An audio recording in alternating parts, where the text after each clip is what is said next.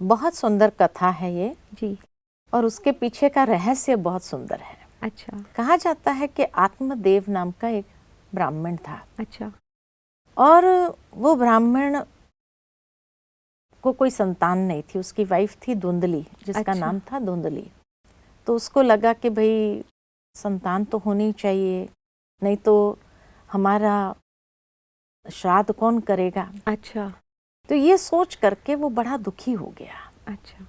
और दुखी होकर के उसने सोचा कि इससे तो जीवन त्याग कर देना ही अच्छा है। अच्छा। तो वो अपना जीवन त्याग करने के लिए नदी के तरफ जाने लगा। अच्छा। तो नदी से उसी समय एक महात्मा जी स्नान करके निकले। अच्छा। और जब स्नान करके निकले तो नेचुरल है कि उन्होंने इस आत्मदेव को देखा तो पूछा, कहाँ जा रहा है तो उसने अपनी व्यथा बताई कि भाई मुझे कोई संतान नहीं है और जो है उस कारण से मैं बहुत दुखी हूँ और मैं अपने जीवन को अंत करने जा रहा हूँ। जी। अगर आपकी कोई कृपा हो और आप कुछ कर सकते हो हमारे लिए हाँ। कि हमें संतान प्राप्ति हो तो ऐसा कुछ कीजिए। अच्छा। तो जब इनकी बातें सुनी महात्मा ने, तो महात्मा ने अपनी तपस्या के बल से एक फल जो था अच्छा। उसमें अपनी तपस्या की शक्ति भर करके कहा कि ये फल जो है आपकी पत्नी को खिला देना। अच्छा। तो आत्मदेव तो बड़ा प्रसन्न होकर फल लेकर के गया और अपनी पत्नी को दिया, धुंधली को, कि ये फल तुम खा लो। अब उसकी पत्नी जो थी वो इतनी बॉडी कॉन्शियस थी कि उसने सोचा कि मैं ये फल खाऊंगी और मुझे बच्चा होगा, अगर प्रेग्नेंट हुई तो नेचुरल है कि मेरा शेप बिगड़ जाएगा। अच्छा। मेरा वो शेप नहीं रहेगा, मेरा शरीर विकृत हो जाएगा, है ना। अच्छा। इस तरह के विचार आए उसको। ओके। और ये विचारों के कारण उसने सोचा कि मैं ये फल जो है मेरी बहन को दे देती हूँ। अच्छा। तो वो अपनी बहन के पास जाती है और उसको कहती है तुम ये फल खा ले। ओके। अब उसकी बहन उस समय ऑलरेडी प्रेग्नेंट थी, तो उसने सोचा मैं प्रेग्नेंट हूँ ही और ऊपर से ये फल खाऊंगी तो वो तो ठीक नहीं होगा। वो ऑलरेडी प्रेग्नेंट थी? हाँ। अच्छा। लेकिन उसने बताया नहीं कि मैं प्रेग्नेंट हूँ। अच्छा। तो उसने फल तो ले लिया, लेकिन उसने सोचा कि अभी क्या करूँ इस फल को मैं। ओके। तो फिर उसने जो है वही धुंधली के पास में ही एक गाय थी। अच्छा। और वो गाय को भी कोई संतान नहीं थी। अच्छा। तो उसने उस गाय को खिला दिया। अच्छा। वाह। है ना। तो गाय को जैसे ही वो फल खिला दिया तो कहा जाता है फिर गाय को बच्चा हुआ। अच्छा। और वो ह्यूमन बच्चा था। अच्छा। लेकिन उसका कान जो था वो गाय की तरह था। ओके। इसलिए उसका नाम पड़ा गोकर्ण। गोकर्ण। हाँ। अच्छा। और इधर धुंधली की बहन ने भी एक बेटे को जन्म दिया। ठीक है। और उसने धुंधली को आकर कहा कि ये लो, तूने जो फल दिया था ना उसी का ही ये बेटा है। उसने अपना बच्चा उसको दे दिया उसको। अच्छा। क्योंकि उसको भी नहीं चाहिए था बच्चा। अच्छा। और धुंधली ने कहा ये फल खाना तुम, हाँ। और ये फल से जो बच्चा होवे वो मुझे दे देना। अच्छा। ओके। तो उसने जो है वो बच्चा उसको दे दिया। ठीक है। अब वो बच्चा जो था धुंधली के पास हाँ जो जी। बच्चा आया तो हाँ। धुंधली ने उसका नाम रखा धुंधकारी। अच्छा। और वो धुंधकारी बड़ा उत्पात मचाने वाला था। जैसा बहुत, नाम। हाँ। तो बड़ा उत्पात मचा करके चोरियां करना, बुरे काम करना, अच्छा। ये सब करने लगा। अच्छा। और इधर जो गोकर्ण पैदा हुआ था वो गाय को, वो क्योंकि महात्मा की तपस्या का फल था वो, हाँ। तो कहा जाता कि वो सत्संग करता था, आध्यात्मिक ज्ञान का प्रचार प्रसार यही सब करता था, उसी में जैसे उसका मन रमा रहता था। अच्छा। है ना। फिर कहा जाता है कि एक दिन ये धुंधकारी ने राजा के महल में चोरी किया। अच्छा। और चोरी करके जो सारा खजाना उसने लूटा था तो वो खजाना लेकर के 5 वेश्याओं के पास गया। अच्छा। और उन 5 वेश्याओं को कहा मैं तुझे ये खजाना दूंगा अच्छा। आप अभी हमारी इच्छाओं को पूर्ण करो। ओह।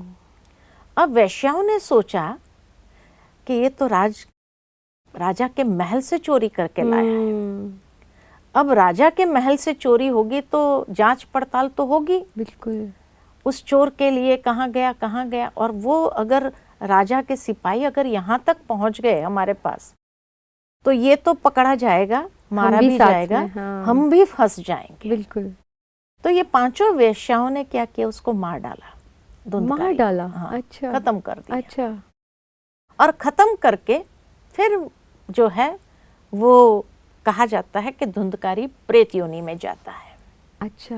और जब प्रेत योनि में जाता है तो वहाँ बहुत कष्ट भोगना पड़ा, बहुत उसको तकलीफ होने लगी। और तकलीफ होने लगी तब वो गोकर्ण को याद करता है प्रेत योनि से। अच्छा। और उसके सपने में आकर के उसको कहता है कि गोकर्ण प्लीज तुम मेरा उद्धार करो, मुझे इस प्रेत योनि से मुक्त करो। अच्छा।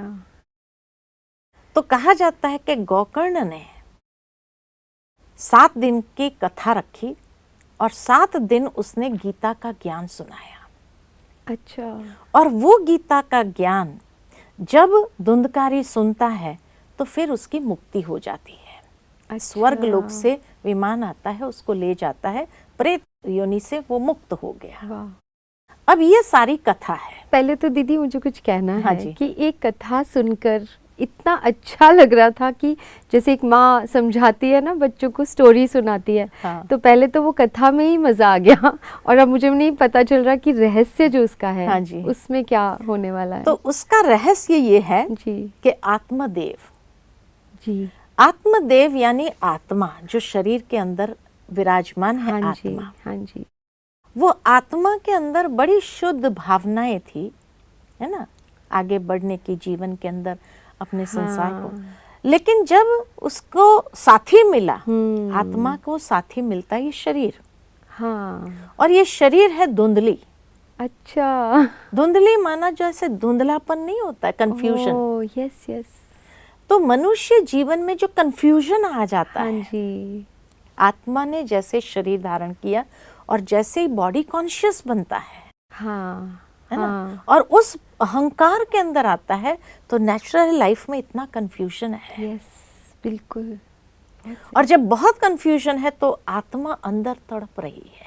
Right right. वो सोचती है कि नहीं, कैसे भी करके मैं इस बॉडी कॉन्शियसनेस से मुक्त हो जाऊं। राइट। तो कहा जाता है कि वो सोचते हैं कि चलो इससे तो ये जीवन को खत्म करो, अच्छा। तो बॉडी कॉन्शियसनेस अपने आप खत्म होगा। हाँ। ये सोच करके वो जाता है, महात्मा को मिलता है। जी। और महात्मा जब उसको मिलता है तो उसको कहता है कि चलो मैं तुझे फल देता हूं। और उसको अच्छा। फल दिया। ठीक है। कि तुम ये फल अपनी वाइफ को देना, हाँ। वो स्वीकार करे और तुझे संतान उत्पत्ति होगी। ठीक है। और इसीलिए आत्मा प्रसन्न हो गई उस फल को प्राप्त करके कि चलो अब तो मेरे जीवन के अंदर बहुत खुशहाली होगी, प्रसन्नता होगी। तो वो महात्मा कौन है? महात्मा महात्मा माना जैसे कोई भी ज्ञान देने वाला, ज्ञान देने वाला। ओके। एक विजडम जहाँ से प्राप्त होती है। ठीक है ठीक है। तो वो तो जैसे विजडम प्राप्त हुई और उस विजडम प्राप्त होने से फल तो मिलेगा ना। हाँ कोई भी कथा सुनने जाओ, सत्संग करने जाओ तो उसका भी फल तो मिलता है। हाँ जी। आपने इतना टाइम डेडिकेट किया, ये किया, तो उसका फल तो प्राप्त होता है। जी। तो इसी तरह से उसको फल मिला। ठीक है। और वो धुंधली को आकर के वो फल देता है। ओके।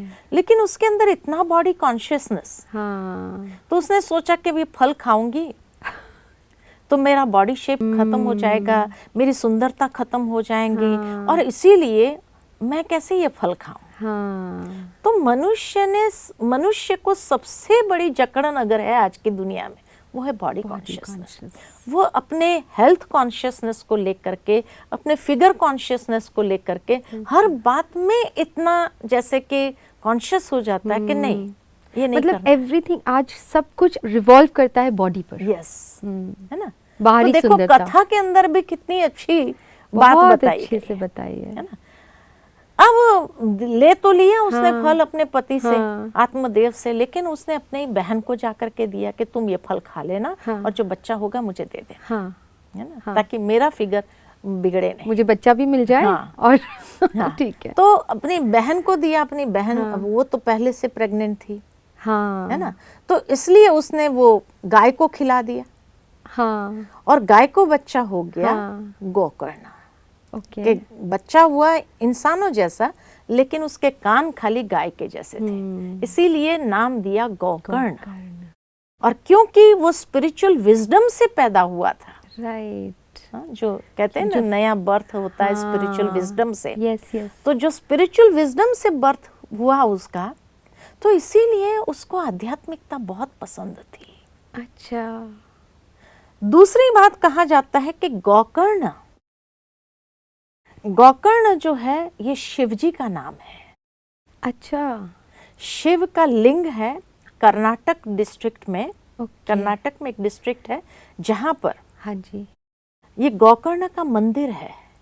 अच्छा। ओके। और गोकर्ण के मंदिर में शिवलिंग है, उस शिवलिंग को ही गोकर्ण कहा गया है। अच्छा। माना शिव का ही दूसरा नाम। शिव के तो बहुत नाम है। हाँ जी। तो शिव का ही दूसरा नाम है गोकर्ण। अच्छा। है ना। ओके। अब यहाँ जो बच्चा पैदा हुआ धुंधकारी, हाँ धुंधकारी माना तूफान मचाने वाला, बिल्कुल। हाँ, उत्पात मचाने वाला। हाँ। और ऐसा बच्चा जो माना विकारों से जिसकी उत्पत्ति हुई हो, तो नेचुरल है विकारों से जिसकी उत्पत्ति हुई वो तो आज देखो कैसे बच्चे हैं। बिल्कुल। कितना तूफान मचाते हैं, कितना बुरे काम भी कर लेते हैं, बड़ों का आदर नहीं करते हैं, कोई प्रकार से रिस्पेक्ट रिगार्ड नहीं, और हर रीति से उनको हर चीज चाहिए। हाँ। चाहिए में आजकल कई बच्चे जैसे क्राइम्स करने लग गए, साइबर क्राइम्स कितना बढ़ गया है। बहुत बढ़ गया दीदी, है ना? बहुत। तो ऐसे ही ये धुंधकारी है। अच्छा ठीक है। अब ये धुंधकारी जो था, यानी इतना उत्पात मचाने वाला, बुरा करने वाला, अब उसको कोई रोकने टोकने वाला कोई नहीं है। अब तो नेचुरल है कि वो राजा के महल में चोरी करता है। और बढ़ गई उसका क्राइम, और बढ़ गया। भावार्थ ये कि उसके क्राइम्स हाई लेवल तक पहुंच जाते हैं, और उस हाई लेवल तक पहुंच जाते हैं तो नेचुरल है जो उसमें अचीवमेंट अगर वो करता भी है, हाँ। तो वो विकृत दिशा की ओर ही ले जाता है। बिल्कुल। इसीलिए वो वैश्याओं के पास जाता है। तो 5 वैश्याओं के पास गया। तो 5 वैश्याएं कौन सी? 5 विकार है। 5 विकार, काम, क्रोध, लोभ, मोह, अहंकार, और उसी में व्यक्ति खत्म होता है। हाँ जी।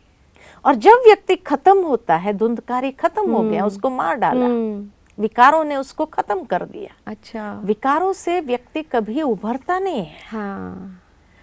वो खत्म ही हो जाता है। जी। है ना जी। तो जब वो खत्म हो गया तो प्रेत योनि में गया।